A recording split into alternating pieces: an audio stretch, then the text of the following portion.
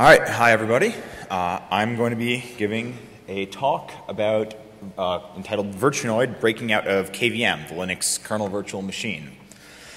So what exactly is this KVM thing and why do I care about it? KVM is the sort of the new hotness for virtualization on Linux. It's a virtualization system that was developed sort of from scratch to be the official in-tree, supported by upstream, working friendly with the Linux community virtualization solution that sort of started later than Zen and everyone else, but has ramping up speed and has sort of become the officially blessed platform for a lot of distributions to do virtualization. And so it's an exciting new platform that I think is going to be seeing a lot of attention in the security space soon. And so I decided to take a look at it and come up with some conclusions and share my results here.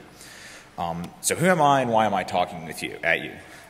My day job actually has absolutely nothing to do with this. I'm a kernel engineer at a company called Ksplice, but it does mean I spend a lot of time staring at low-level software systems, and so in my spare time I tend to do a lot of low-level security stuff, including this work on KVM. All right, so structure of this talk. We're going to start by taking a high-level look at KVM, at this Linux virtual machine. We'll look at what the different pieces are and how they fit together, and then we'll go back and focus in on each of them from an attack surface perspective. From an attacker trying to break out of a KVM virtual machine, what's interesting about each of the components, how are they exposed to the attacker, what kind of things should we be thinking about and looking for. And then we'll run into a deep technical dive into the guts of actually writing a breakout exploit against KVM, learning in the process a bunch about some useful features of the KVM architecture that come in handy and that we can exploit in creative ways. We'll start by just looking at the bug that my exploit centers around, and then we'll just talk about the actual exploit that I wrote. Then I'll discuss some conclusions that I think are sort of implied by my work or suggested, and some future directions that I hope to proceed in or that I would love to see other people do work in. And then we'll demo the exploit, because no talk on exploitation is complete without an on-stage demo to potentially screw up hilariously. It's been reliable so far. All right, so KVM, how does it work? There's three main components to the KVM virtual machine. There's KVM.ko, the core kernel module. Then there's a pair of kernel modules for supporting Intel and AMD hardware support. And then there's the user space driver program, QEMU KVM. Looking a little bit at the function of each of those and where they sit, KVM.ko is the core of the kernel modules, of the kernel side support for KVM. It's sort of responsible for emulating and tracking the virtual CPU and memory management unit, the core of the virtual machine, using the x86, AMD's, and Intel's hardware virtualization extensions. It emulates a small number of devices and input-output operations in kernel directly for efficiency, but for the most part it doesn't deal with emulating hardware. And then it also provides a large interface for a user space driver program, like QEMU KVM, which we'll talk about in a second, to communicate with it, to allocate new virtual machines, allocate new virtual CPUs on those machines, set up the emulated physical memory and all of that. And one of my favorite bits of trivia about KVM.ko is, despite the fact that we're using hardware virtualization extensions here, which means that for the most part, the virtual machine is just executed directly by the processor in a virtual machine non-root context, as Intel calls it. KVM still contains an entire x86 emulator in the kernel module that's used for handling certain rare traps. And just sort of from a code complexity and attack surface perspective, it's an interesting thing to know. KVM Intel and KVM AMD are the other half, really less than half, of the kernel component here. They just provide the glue code for communicating with the hardware virtualization extensions. It's, more or less you take those 4 chapters or whatever from the Intel manuals and implement the software half of that, and you get these. And they're relatively small. They're 1 C file, 4,000 lines or so each, which compared to any of the other components is tiny. And then finally, we come to the user space component, QEMU KVM. which is the direct user interface and user driver for KVM VMs. It's based on the classic QEMU emulator, which I'm sure that almost all of you have heard of and probably even used because it's amazingly useful and handy. And in addition to providing the interface and driver loop, QEMU KVM implements basically all of the virtual devices that your VM talks to, because a virtual machine, much like a real machine, is not just a CPU talking to a block of memory. In order for it to be useful, there needs to be peripheral devices, PCI buses that hang off all kinds of devices, your Ethernet card, your display, a serial console, whatever, a timer device of some sort. All of that lives in QEMU KVM, and it's responsible for emulating those devices. And devices are complicated, it turns out, and as a result contains a huge quantity of code. It's an order of magnitude more code than KVM.ko, even if you only consider the devices that are actually in use by a typical VM. If you consider, all of the possible devices, it's even bigger. There's currently a project underway by the upstream Linux community to potentially replace this user space component with a separate, developed more or less from scratch KVM binary that would be maintained in the Linux kernel tree. But that work is relatively new. It's not more than a year or two old, and it's going to be some years before it's stable enough that people are seriously using it, and then some more years before distributions are actually shipping it and lots of people are using it into production. So if we're thinking about KVM, we're thinking about attacking or defending KVM for the near future, QEMU KVM is what we need to be talking about. All right, so those are the three main components. Now we can go back and take a look at each one with an eye for attack surface. KVM.ko for an attacker is a very tempting target because it runs in kernel mode on the host in ring 0. If I successfully find and exploit a bug here, I have ultimate privileges on the host with no further exploitation or privilege escalation needed. However, despite being a tempting target, it's also a bit of a tough target because there's not very much code there compared to this user space component. And what code there is much of that is dedicated to interfacing with the user space component and so is not directly available for attack by a guest. That x86 emulator that I mentioned is definitely an interesting target because there's a lot of code there that is rarely exercised because the emulator is only used in some edge cases. And that's sort of whenever I'm auditing a system, lots of subtle code that's rarely used is sort of the first place that I look for bugs. There have been a number of interesting bugs there that allowed privilege escalation within a guest because of bugs in the x86 emulator. So there is a bit of a track record of bugs. Those aren't as interesting as breakout bugs, but again, it's a hint that this is an interesting place to look. It's unfortunately not the focus of this talk, but it's something that I want to highlight because I think future research should take a close look here. And then in addition to privesc within the guest, just if we're talking about KVM.ko, we should keep in mind that there's also the possibility of privilege escalation in the host because unprivileged users can communicate with this privileged kernel module. Just, another thing to note if we're looking at the whole scope of KVM exploitation.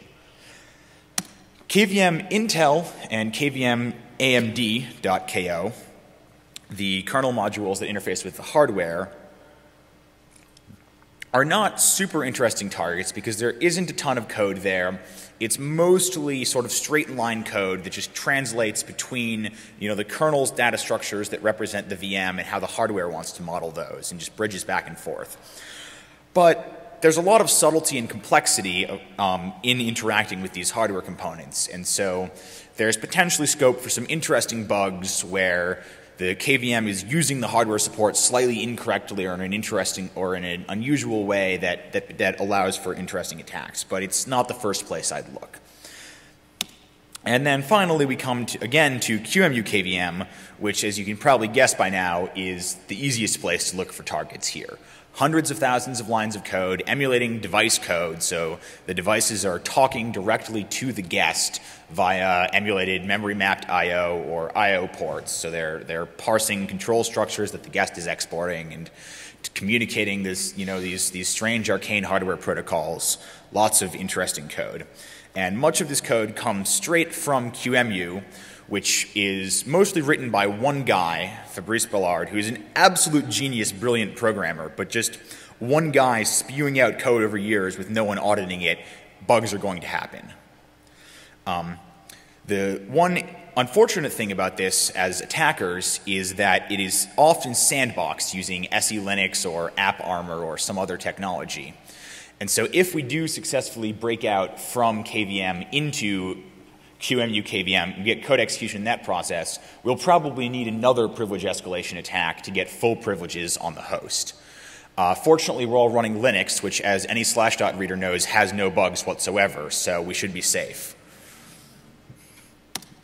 All right, so that's the structure of KVM, and taking a bit of a look at the attack surface. And now we're going to dive in on our bug, which is in fact, and the bug that I used, which is in fact a bug in QEMU KVM, in that user space driver program. I've got here the text from the Red Hat Security Advisory. The bug is CVE 2011-1751. All the major distributions have patched it by now, so you can go look it up. Red Hat describes it as, we found that the PIIX4 power management emulation layer did not properly check for hot plug eligibility. So what does that mean? First off, what is PIIX4? PIIX4 was an actual physical chip that was the South Bridge in most circa 2000 Intel chipsets. And since it's a South Bridge, what that means is that it talks to most of the physical devices in computers of that era hung off of the South Bridge architecturally. And so the PCI bus, the ACP support, the real-time clock, all of that stuff, the host, the CPU communicates with through the South Bridge. And this is the default South Bridge chip that QEMU emulates. It supports PCI bus and it supports PCI hot plug. It supports in physical hardware. What this would mean is that you hot plug a device, the chip, and the PCI, instructs the PCI bus to electronically disconnect it so that you can pull it out and be safe. In a virtual machine, what this just means is that we disconnect the virtual mappings for those I/O ports and free the memory backing that device. It's expected that the destructor function for a virtual device performs this successful unplugging of everything, but not every device in QEMU was implemented under the expectation that it might be hot plugged. And so many of these destructor functions are, no ops or insufficiently clean up state. And that's supposed to be okay because you're not supposed to be able to hot plug these devices. And so it's okay if they don't successfully clean themselves up.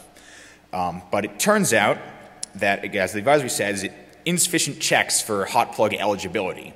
The PIIX4 PCI hot plug path, if you handed it a device, an identifier on the PCI bus to hot plug, it would just blindly go and plug it without actually checking the flag that says this is a hot pluggable device. In particular, a tempting target is the emulated ISA bridge. So who here actually remembers, physical ISA cards and ISA buses? All right, most of us. We don't have those anymore, at least, outside of, hobbyist, archaic hardware shows. But it turns out that your South Bridge, even in your modern Intel chipsets, has an emulated ISA bus with virtual ISA devices hanging off of it. And QEMU faithfully emulates this behavior and has a bunch of virtual ISA devices hanging off of a PCI ISA bridge. And we can just unplug that, and all of those ISA devices, which include such things as the real-time clock that keeps calendar time on the virtual machine, just go away. And that real-time clock, it turns out, is not expecting to be unplugged. In particular, it leaves around, it's a real-time clock, so it has timer events that it uses to keep track of the real time. It leaves those timers hanging around on QEMU's run loop. And so we can just sort of look a little bit at what this means in code.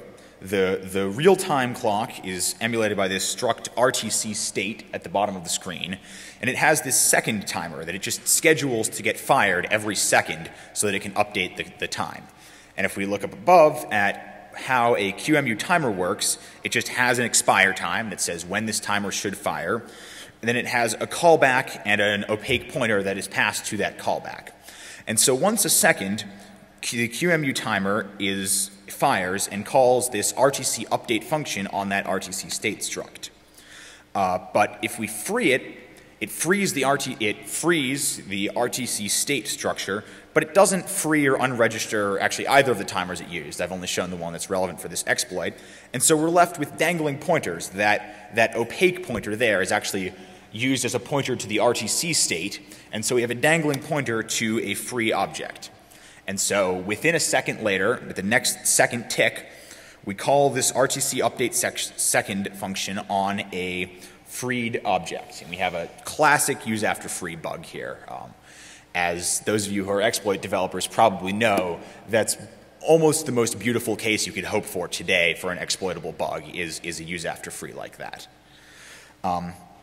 And just to show how easy this is to reproduce, that's the reproducer. Compile that program, run it as root in a Linux machine on a vulnerable version of KVM, and KVM will segfault. And you know, all this does is IOPL just gets privileges to be able to write out IO ports, and you write a single value to a single IO port, and boom. And in fact, this bug was found by a fuzzer that just literally wrote random values out random IO ports, and eventually it stumbled on this value, and I get a signal 11. And I went and debugged it and wrote this talk. All right. So that's the bug. So we have this beautiful use after free.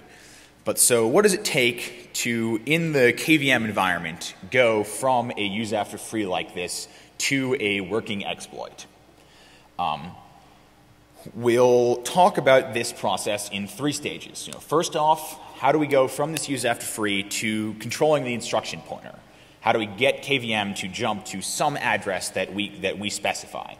And then once we have that, how do we leverage that into executing arbitrary shellcode inside the guest? And then once we have, and then I will have talked about those two, assuming that I can guess addresses in the QEMU KVM process, i.e. that there's no address space randomization in the process, that I can predict addresses. And then we'll talk a little bit about what we have to do to get rid of that assumption, to work on a process with a randomized address space like KVM is going to be in the wild on any real deployment. So for getting RIP control, the high level to do is sort of fairly straightforward if you look at how the code works, is we're going to need to create a fake QEMU timer object that we control and inject that at a known address. Then we'll trigger the eject, we'll dump the ISA bridge, and then we will force an allocation into the space previously occupied by the RTC state structure that points that second timer field at our timer. Then on the next second boundary, RTC update second will run on our fake RTC state, and it will reschedule the second timer to run 1 second later. But we've hijacked that pointer to point at our timer, and so 1 second later, our timer will run, which includes our callback method that it will jump into, and it will jump to code that we control.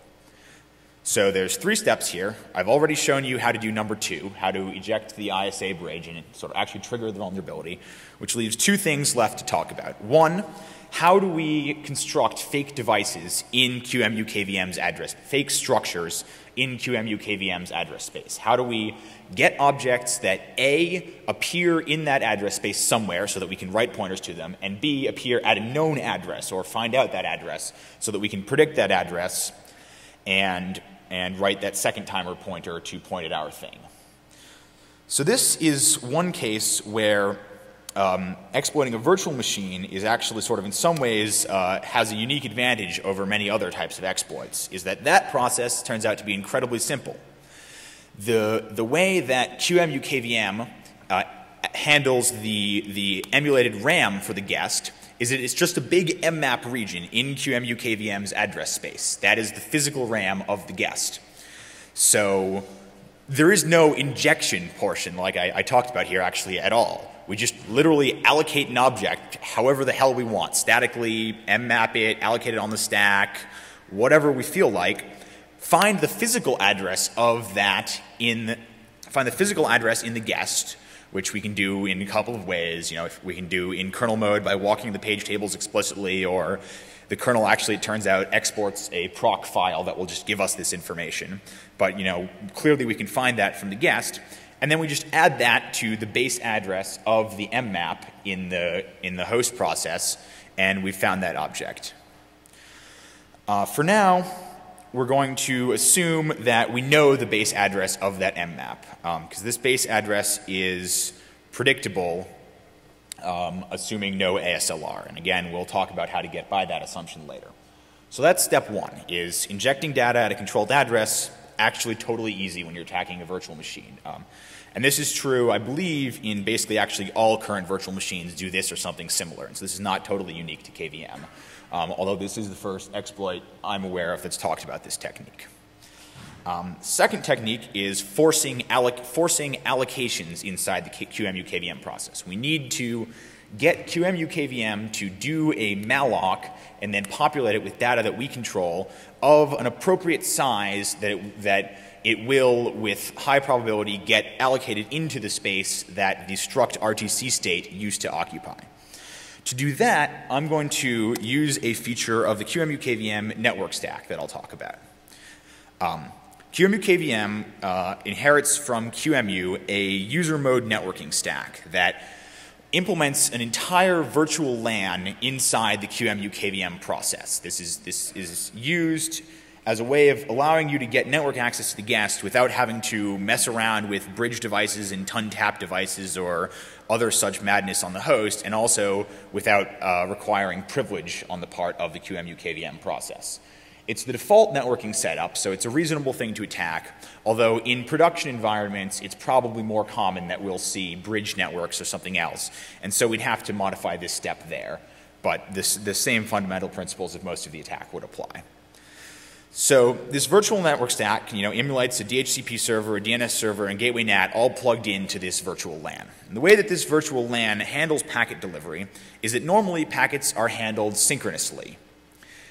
When you inject a packet onto the virtual LAN, it just looks up the recipient and, you know, calls their deliver packet callback method synchronously. And so there's no buffering, no queuing. But in order to prevent recursion, if a virtual device or virtual host's deliver mechanism then injects a second packet in response to the first packet, that packet is queued using malloc with a small header appended, and then delivered later once we return to the main run loop. So if we can find a device on the virtual LAN that responds to packets from the user by synchronously generating a second packet whose contents are all or almost all controlled by the contents of the first packet, then that will generate a malloc with controlled contents. Can anyone think of a network service that has that property? Ping, ICMP ping echo packets. So the way we're actually going to force allocations inside the guest is by pinging the virtual gateway. And it will reflect the ICMP packets back at us with the payload of length we control and contents we control, which will force mallocs and let us exploit this use after free.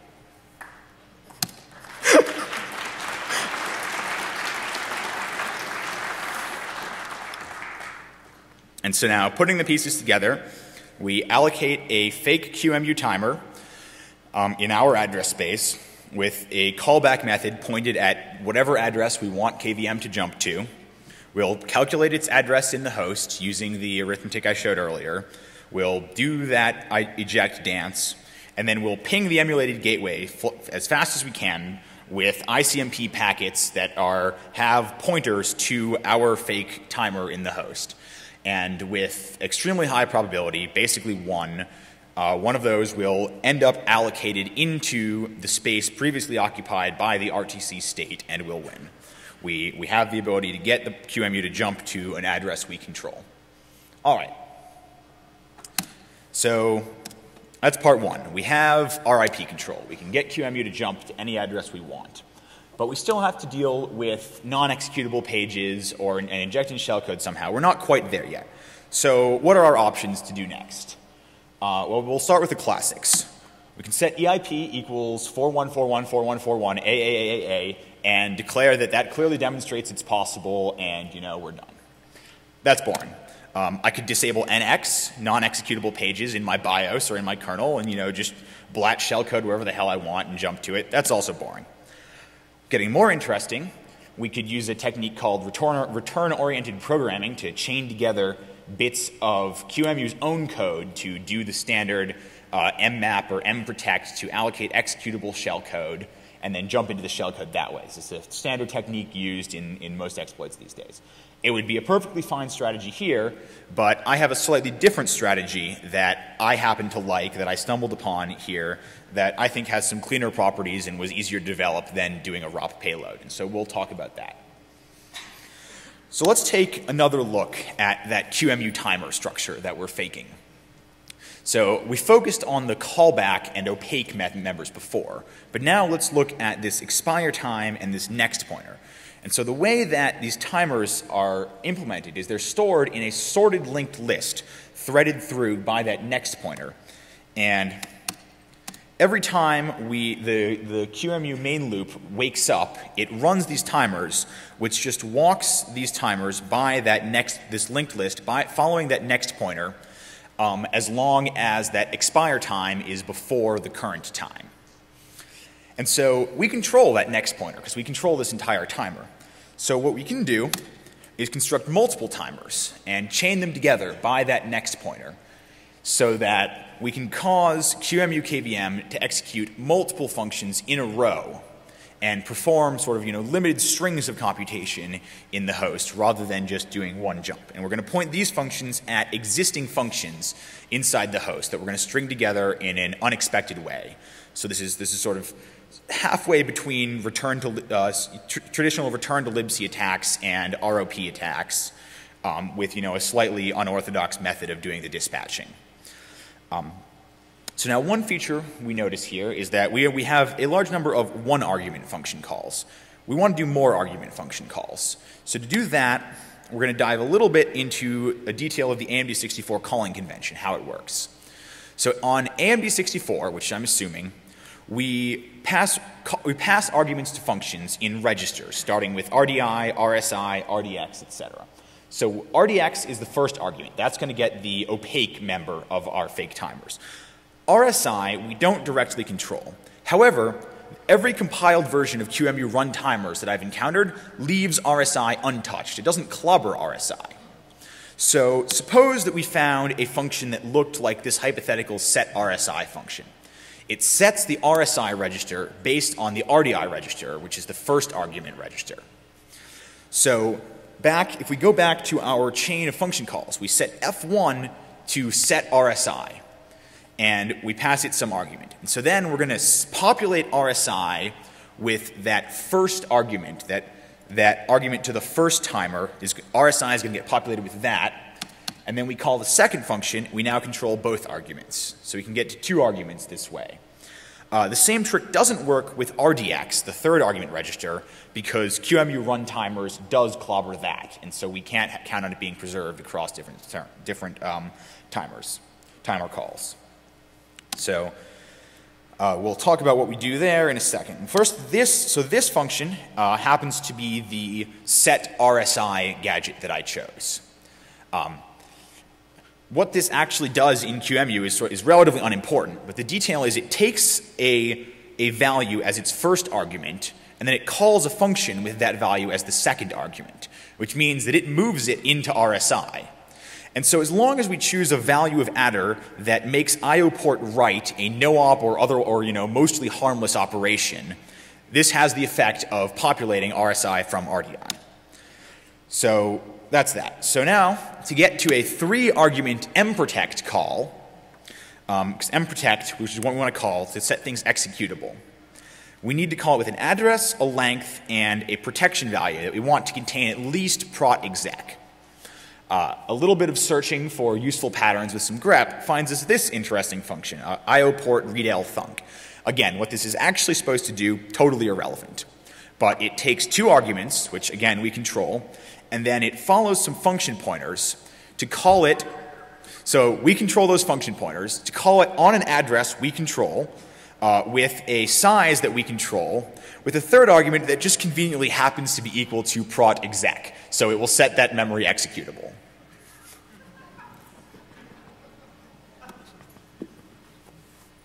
All right, so to put the steps together, we need to allocate a fake IO range op struct, which is that operation structure. We need to set the read op to mprotect. We need to allocate an IO range object that needs to be page aligned because we're going to call mprotect on it.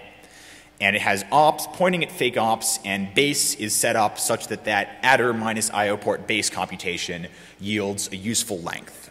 And then we're going to copy our shellcode into that same page immediately following the IO range. And then we'll do this timer chain. We'll call CPU out L to set the second argument register to 0, because that happens to be a value that makes IO port read, IO port write up here harmless. And then we do this IO port read L thunk, which through this hilarious chain of indirection will result in an mprotect. And then we'll just jump right into that fake IO port +1, which is where we stuck our shellcode. All right. And so that works. Turn off ASLR, code up all the offsets right, and you've got code execution. And so one question before we jump into getting by ASLR is, why didn't I use ROP? Return-oriented programming is a standard, well-understood technique that is the standard way to write these exploits. Why did I do this more creative thing? There's a couple of reasons. One is that this mechanism makes continuing execution getting the QEMU KVM process to continue executing dead simple, because we're not corrupting the stack, we're not really smashing any state, we're just sort of hijacking the legitimate functionality of the run loop. And so after all of this returns, everything is actually, except for the things that we freed as a result of our exploit, everything is in a sane state and we can just continue executing. Another thing that I like about this technique is that I've shown you virtually no assembly on the previous few slides. I've referred to one detail, but there's very little dependence on how these functions actually got compiled. And ROP cares very deeply about how the functions got compiled, because you're chaining together strings of assembly. When you're exploiting a program under Linux, you have to deal with the fact that every Linux vendor has their own build of the program with a slightly different source version, a slightly different GCC version, a slightly different set of flags. And so if you want to have to try to find ROP gadgets across every single one, it's a fair amount of work, and there aren't yet great tools for doing this in a completely automated fashion on Linux. Whereas here, I just need to look at the source, and then I just need to grab the symbol table from all of those different versions, and I have all of the addresses I need, because they're just functions that exist in the C code, and so are more or less preserved across compilation by different versions. And then finally, the cop-out answer is that I'm just personally not that good at ROP. I don't know great tools for doing it on Linux, and so I decided to try something different. All right, so we've got code execution, but I've been assuming no ASLR. So let's get rid of that restriction. So we need two addresses. There's sort of fundamentally two addresses that we've been using. One is the base address of the QEMU KVM binary. If we assume we're attacking a known binary, we know the layout of all of the functions in memory, and so we know their offsets from the executable base, but we need to know where that executable is loaded. And secondly, we need to know the address of that physical memory mapping inside QEMU KVM in order to get the address of fake objects we're injecting. So there's a couple of answers here. The classic answer is find a sufficiently powerful information leak that lets us leak the contents of pointers or the contents of memory and backsolve or backderive somehow these addresses from leaked information.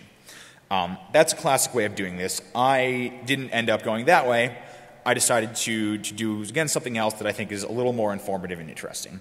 The second option is we can take advantage of the fact that every major distribution still compiles KVM as non-PIE, not as a position-independent executable. If you're not familiar with implementation of address-based randomization, what this ends up meaning is that the QEMU KVM actual core ELF binary is loaded at a fixed address every time. It's always loaded at the same address in memory. And so addresses in the binary itself are not subject to randomization, and we can assume that we know them. So we can just assume that we know for a given binary all of those code addresses. And that means that the only thing we have left to find is the physmem base address. To do that, we're going to use yet another obscure feature of QEMU KVM that comes in handy here. There's this FWCFG for firmware configuration subsystem in QEMU KVM. It's sort of a virtual device. It emulates 2 I/O ports. You're not supposed to know or care about it because it's used by QEMU's BIOS to communicate with the emulated hardware. But it's just listening on I/O ports. There's no reason other software that's not the BIOS can't talk to it. Its purpose is to export data tables that the BIOS needs, such as the E820 map that describes the layout of physical memory, the ACP tables that describe how to interface with the emulated ACP hardware, etc. It also has support for the BIOS feeding information back to the emulated hardware. This is a little odd in that, as of the versions that I checked, this support for writable tables isn't actually used anywhere in QEMU KVM. There are actually no place that it exports tables that the BIOS is expected to write. But the infrastructure is there, and not only is it there, it actually lets the BIOS or any software write to any of these exporting tables. And conveniently, several of these tables are backed by statically allocated buffers inside the host. Which means, again, assuming no PIE, they're loaded as part of the ELF binary at fixed addresses, which means that we can write to them and we get nearly 500 bytes of writable data at a fixed, static, predictable address, even under ASLR. So that's enough that we can inject our fake timers, our fake structures into that space rather than into the backing memory map. There's one complication, which is that mprotect, as I mentioned, needs a page-aligned address. And so a 500-byte region is not likely to land on a page-aligned address if it's allocated, if it's at a random offset, which it basically is. So what we actually need to do is or what I did at least, is we construct a different set of fake timer chains using the same techniques that does basically a read 4. It reads 4 bytes at an address we choose from the guest, and then it writes it to a space, or from the host process, and it writes it to a space that's visible to the guest. And so we use that read 4 basically as an information leak. We build up our own information leak, and we chase pointers using those reads to derive the value of that physical memory base map. Once we've found the address of that mapping, we proceed exactly as before. There's a little bit of complexity here, is that now this means we actually need to do that read 4, then do computation based on the results of that read, and then execute more gadgets in the host. So rather than ending our timer chains with next equals null, we actually end them with another timer that calls that RTC update second function again, which, remember, it follows pointers to find a timer and then schedules that timer at 1 second in the future. So we execute this chain, we do the read 4, and then 1 second from now, a timer that we control will again get executed. But until then, the host returns to the guest context. The guest can do arithmetic, do computation, glue bits together based on that read, and then 1 second later, we'll jump back into another set of gadgets. And so we use this to chain multiple timer chains, one after another, with guest execution in between. And so that, then, is what it takes to, or at least the steps that I took, and the broad steps what it takes to make this exploit work against ASLR, bypassing non-executable pages, and work completely on a stock install of KVM from a vendor. And we'll demo that in just a moment. So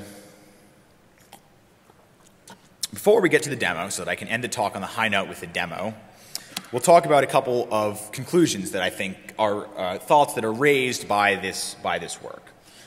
One thing I want to emphasize that I hope this work emphasizes is that virtual machine breakouts aren't magical at all. I think there's often a tendency virtual machines are kind of magic, honestly. They do this weird thing where you get multiple computers in one computer, and they do that by doing lots of crazy low-level hardware and software tricks to make it possible. And so people tend to assume that attacking virtual machines must be at least as complicated as writing one in the first place, and so therefore they're probably a pretty strong security layer. But that's just not true. all of the usual software protections, ASLR, NX, etc., apply to virtual machines, but that's about it. Virtual machine breakouts typically are memory corruption bugs like any other bugs, and frankly, today I would prefer to be attacking a virtual machine than a modern web browser, because the state of mitigating exploits and defending against exploits and sandboxing is much more advanced there. And so virtual machines, don't think of them as magic security boxes. They're just as vulnerable as anything else, and of course, as you might expect, the fake devices are the weak spot. And just sort of to drive this point home and to give some context, we'll take a brief look at some past virtual machine breakouts. In 2008, Invisible Things Lab put out this paper, Adventures with a Certain Zen Vulnerability, where they demonstrated a Zen breakout. The bug that they were exploiting was an integer overflow in the paravirtual frame buffer, and they did much the same standard tricks that I did, ret to libc or return-oriented programming to mprotect to copy a buffer in and then jump into it. Immunity at Black Hat 2009 presented Cloudburst, a breakout exploit for VMware. Again, missing bounds checking in the virtual SVGA device, get memory corruption, entirely same techniques. And then just to give a sense of where virtual machines can get interesting, just earlier this year, Invisible Things Lab again put out another attack against Zen, but this one based on a bug in the way that Zen uses Intel's VTD, which is the I/O MMU and hardware I/O protection technology. It turns out that turns out that there was a subtle bug in the way that interrupts were handled that actually allowed a guest to escape. And so that's an example of the kind of thing I was talking about might be possible with the KVM AMD and KVM Intel modules, is that these things are complicated and there probably are subtle attacks that involve the hardware interaction. But once again, the actual primitive that they got out of that attack was memory corruption in the host. And so from there, they proceeded in exactly the same set of techniques that everyone else uses for exploiting memory corruption bugs. And so virtual machines are interesting, but they're not that much more interesting. They're not that much more secure than anything else. So that's some conclusions. Some further work that I want to see done and that I'm going to be pursuing is in hardening KVM. The first takeaway is that you absolutely should be sandboxing QEMU KVM if you're running it in a production environment. Fortunately, if you're running it at least under Ubuntu or Red Hat, via libvirt, they are already sandboxing it using SELinux and AppArmor. And I haven't yet, but I want to take a look at those sandboxes and see how hard they are. But this is work that people do realize needs to be done. But if any of you are deploying KVM, make sure KVM in a remotely possibly sensitive context, make sure that you're using a technology that gives you that sandboxing. I think another no-brainer is I'd like to see the distributions start building QEMU KVM as PIE, as full position independent. The traditional reason not to do this is performance, because it costs an extra register to build as PIE.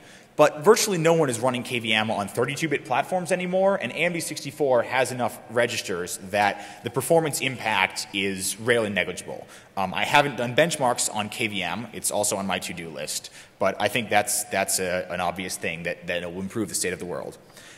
Then we can try some crazier ideas. We could try, to make things a little bit harder, the standard technique of, XOR encoding key function pointers, XORing them with some constant value that's stored at some address, and then un-XORing them when you get them out, so that if a memory corruption bug tries to clobber them, they'll just basically end up with a random address. I think we'll need to do a little more thought to figure out which things are likely to be targets and might be worth applying this technique to. But it's a standard technique that's used to harden applications against memory corruption bugs. And I think it's time that we start asking the question of whether it's appropriate here. And we could try doing even crazier things like protecting that guest memory region by lazily mapping or protecting regions of it, or sandboxing individual devices so that they run in a thread that somehow only has a view into that specific piece of memory. And this is a topic that I've seen some discussion on the KVM lists, but that I think hopefully this work demonstrates does have potential value. And of course, I want to see more people looking at QEMU KVM and auditing it and fuzzing it and finding and fixing bugs. Some future research directions from the offensive side. I want to go after kvm.ko. I'd like to see someone else look into it because I think that there probably are bugs there and we should understand those bugs and we should fix them. Another interesting question that I don't know the answer to and I want to know the answer to is how hard, given that I know that I'm running in a guest on QEMU KVM, can I fingerprint the exact QEMU KVM version by comparing the behavior or possibly even more subtle timing attacks against the memory layout or something? Because I've been assuming that I know which QEMU KVM binary I'm running against. In the wild, you can usually assume that you're running against, a distro's binary, but that's still a range of binaries. So how well can we fingerprint, which will give us an understanding of how weaponizable these attacks really, how general such exploits can be made. And then another question is, what do information leaks in QEMU KVM look like? Assuming that we get things built as fully randomized, we're going to start wanting to find information leaks to extract addresses in order to write these kinds of exploits. Is there sort of a whole class of information leaks that we haven't realized yet, or whole classes where the standard idioms that QEMU uses for communicating with devices sort of have a tendency to leak addresses in a way that we hadn't realized, analogous to Dan Rosenberg's work on the Linux kernel, where he demonstrated that as small as a 4-byte leak of uninitialized memory can reliably be used to deduce kernel addresses with a bunch of cleverness. All right, so that's sort of my immediate checklist of future work on KVM. And I also hope to improve my fuzzer and point it at other virtual machines, because I haven't had a chance to do that. But for KVM, this is my checklist. And if you're interested in any of these, I encourage you to talk to me and share thoughts, whatever you have. All right, so finally, after all of that talking at you, it's time to demo my exploit in progress, in action. So. Well, that text is not relevant. I just ran a shell script that launched a KVM VM, and I hope you can read this. It's not super relevant, but so I'm booting KVM just into an Ubuntu kernel just to show that this is a working KVM virtual machine. We're in a VM. Proc CPU info shows that we're running a QEMU CPU. And the way that I've implemented this exploit is that because we are hot plugging the ISA bus, there are a lot of virtual devices that go away. And if anyone tries to use those, there's a high risk of the machine seg faulting, which is not useful if we want to exploit it. So I've actually packaged my exploit into an initrd that just contains a statically compiled version of my exploit and a minimal kernel that doesn't use any of those vulnerable devices. And I've put it in grub so that we can boot straight into the exploit and greatly increase the reliability of this attack. So we'll reboot the VM now. And from the grub prompt, we'll select my exploit. It's doing things, chasing pointers, and we pop up a calculator in the host.